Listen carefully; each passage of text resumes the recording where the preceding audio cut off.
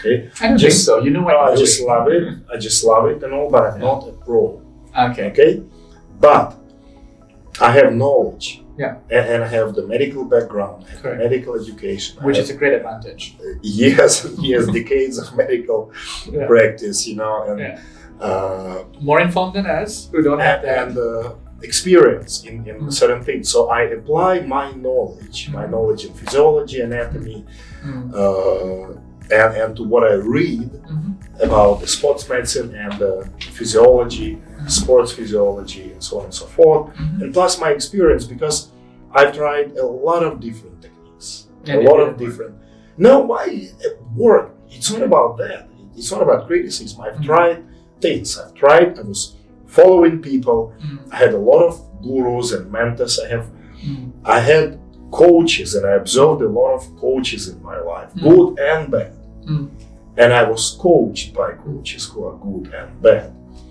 And that is the only way that allowed me to recognize more or less efficiently a worthy coach from a worthless coach.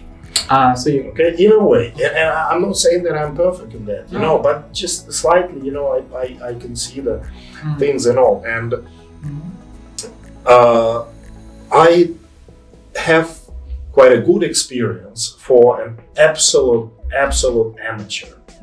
Okay, from just a random guy from the street. I think that I have quite a good experience and a good knowledge in how it works. Which is good. And with all that being said and done, and I've done that, and I've done it with all the precautions, I followed the technique correctly, and I was injured. And then when I look at that again, and I think, okay, even if everything done accordingly with all the preps, and they say you don't do it on the first week, don't do it on the second, it's on the third and fourth, and still it's gonna be the same. It's not risky. And I was thinking that if I'm damaged, what about the so many people I see, boys and girls in the gyms, who do a lot of weird stuff. Okay? And no one tells them that it's damaging their body, should stop. Well, it's up to them what they're doing, because they didn't ask anyone. So the technique is wrong, or they didn't ask anyone to tell. They didn't ask anyone to tell. That, of course, that was their mistake.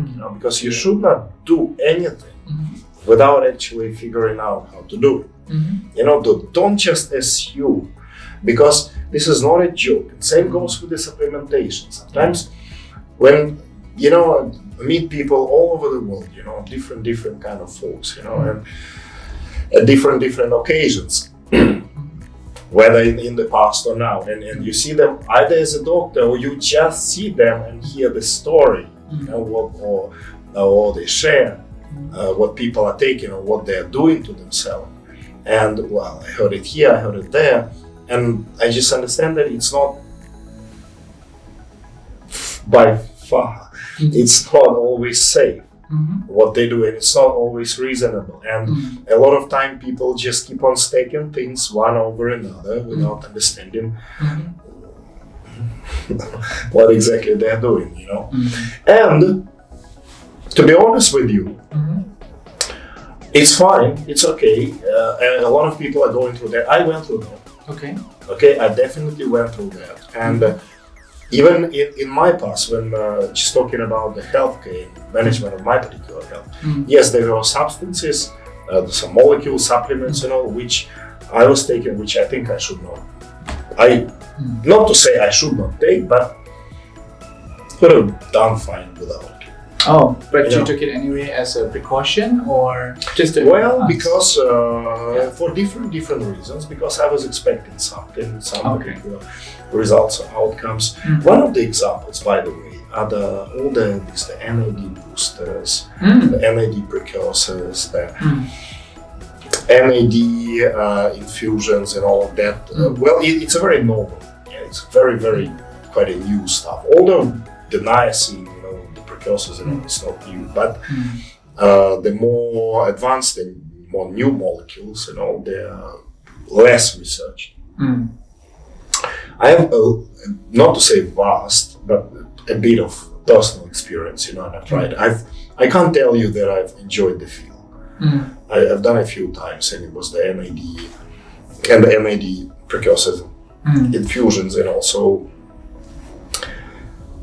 it was not a pleasant experience to me. Oh no! Yeah, well, just my personal experience. It wasn't a pleasant experience to me, and it was done under the supervision that you see when I do certain things or when I experiment with myself. I always get a medical expert. It's always under medical supervision. Which is the right thing to do, no? Which is the right thing. Okay. It's like, huh? Okay. So, me being a doctor myself, I do not dare to rely completely on myself when I do something to myself. Okay. Right? So, if with all the whatever knowledge and experience and all that I have, so I think if I'm doing that, that's a very good advice for everyone. To do the same. You know? Have so a medical don't doctor ever with you. do things, keep on coming to the same. Whatever you do, when you manage your health, it's like you don't manage your finance alone, right? Yes. You have your advisor, you have your financial consultant, you have your insurance agents, everything, and the professionals are dealing with that. Correct. Who do it You have a daily. lawyer, right? You have the bankers. Correct. They do it for you correctly. It's an ecosystem, you know. You can't do it as a solo island, like Robinson Crusoe. I DIY everything, and then I survive. It's not Survivor, right? It's about taking the right precautions. So I think that's the reason why also, like when we had this chat about having that box, right? Again, I also want to clarify that it's not about I have this box, so if I take this, I'm set for life. It's not that. This box will change, right? So this is like your starter kit, but as you sort of, ascend, as you evolve, with the process, right? Like this would become a bit more redundant already, and then you would need to replace. But the whole idea of why we're having this, box, right, is because it helps people compartmentalize and go, okay, this is what I need versus what we discussed previously, where I walk into a pharmacy or into a health store and everything is out there, and I'm like, oh my gosh, I have a shopping cart, right? Like, what do I do? And especially now with e-commerce, right? And everyone is just, oh, this is good, that is on discount. You get bombarded by everything, and you buy a lot of stuff that you may not even need, right? Or you might not even be good for you because you didn't even do a body composition test. You didn't even test, your blood work and all that, and you're just taking it because someone, took it and they gave some testimonial that it's good for you.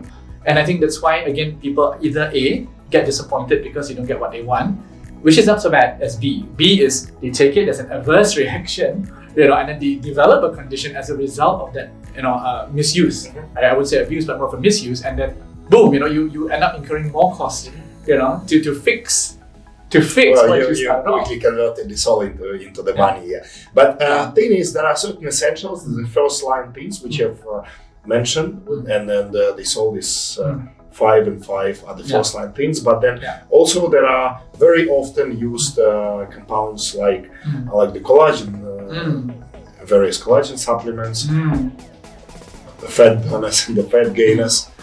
Now I think after you heard that story, now you're more clear about it, right? Definitely. Because you were thinking that it's just the Apeton and all. I know it's a different stuff. It's a stuff that is sold in a big box. It's with mass gainer.